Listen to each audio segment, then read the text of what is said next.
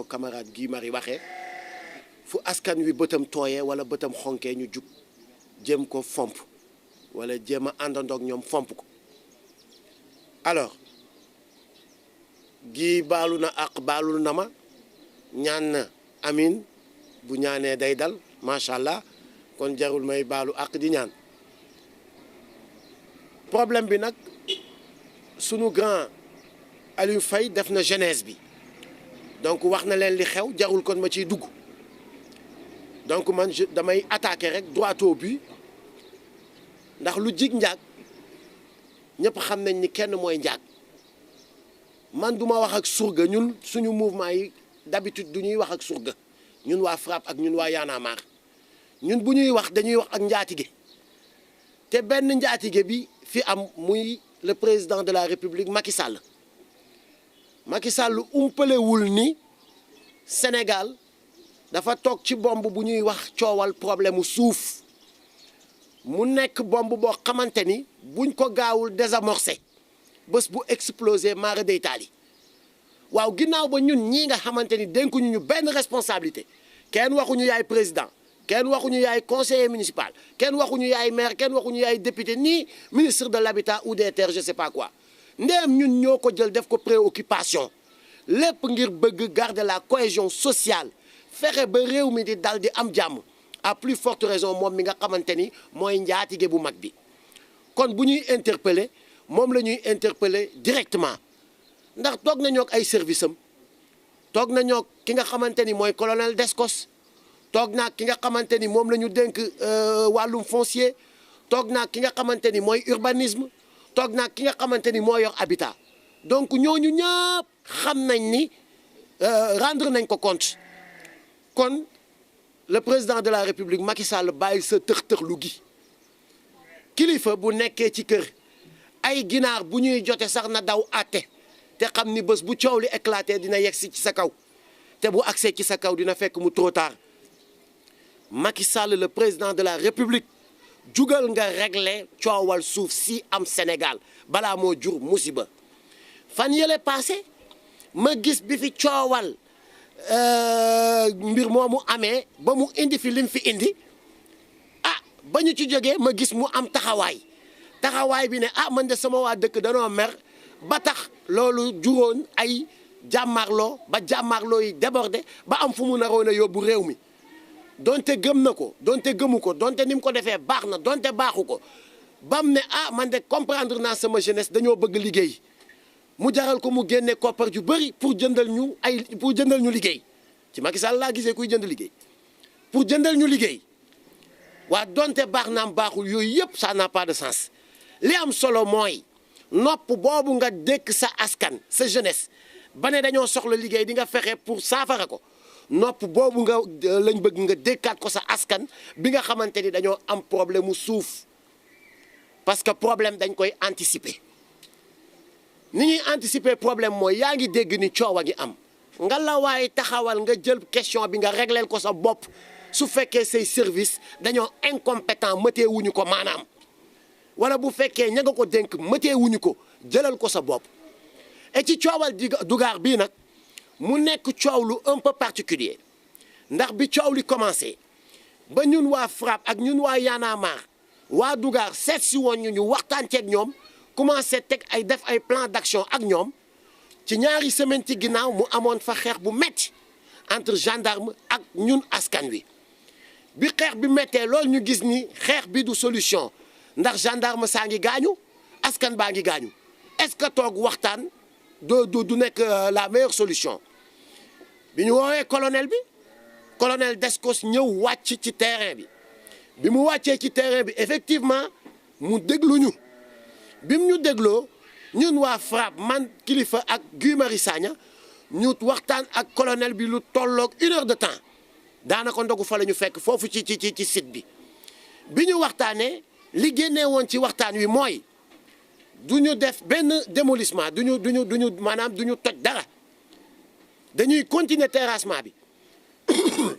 dinañu libérer ndaw ñi nga xamante ni jàpp nañ leen te dinañu toog waxtaan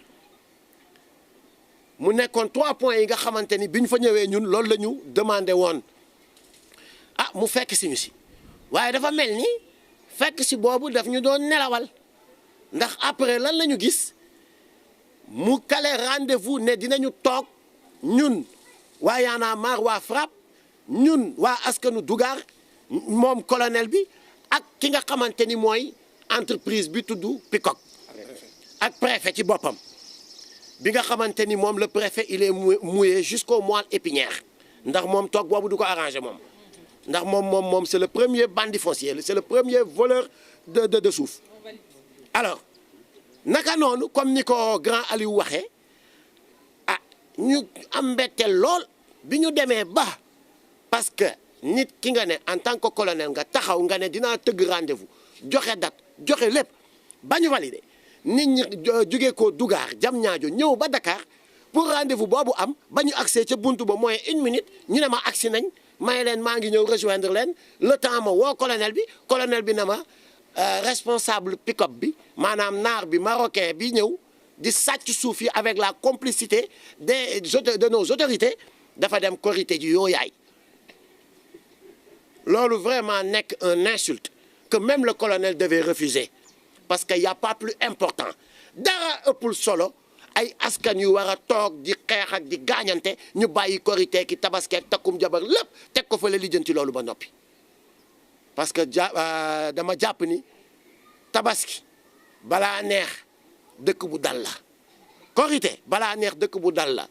mais waa ji am tuppewu yàpp ñu ne moom day dem korité ji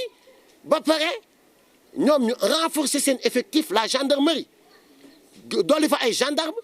dolli ay tracteur pour di gën a mën a déguerpir ak di terrasser di tabax au moment où waa ji nekk fële Maroc moom di korité ba lii mujj am nii am mooy ñu xëy askan bi tamit séeréer saafeen yi nekk ay bañkat bi ñu xëyee gis ni autorité yooyu li ñu waxoon dara amu ci ñoom ñu xëy demaat jëlal xeex bi seen loxo te liñ ciy rafetlu mooy bi waa FRAPP ak waa Y'en a marre taxawee wax ak askan wi askan woowu am hauteur ne ñu dinañ bàyyi lépp mu sedd ginnaaw dañuy toog waxtaan ndax dàquñu toog waxtaan bañuñu toog waxtaan bañuñu aussi ay proposition xam nga ni askan boobu il est animé de bonne foi bi ñu gisee ni ñoom beneen parti bi ils sont animés de très mauvaise foi askan bi jóg bi ñu jógee gendarme yi commencé di dugg ci kër yi di loqati population yi di leen jël di leen dugal ci oto yi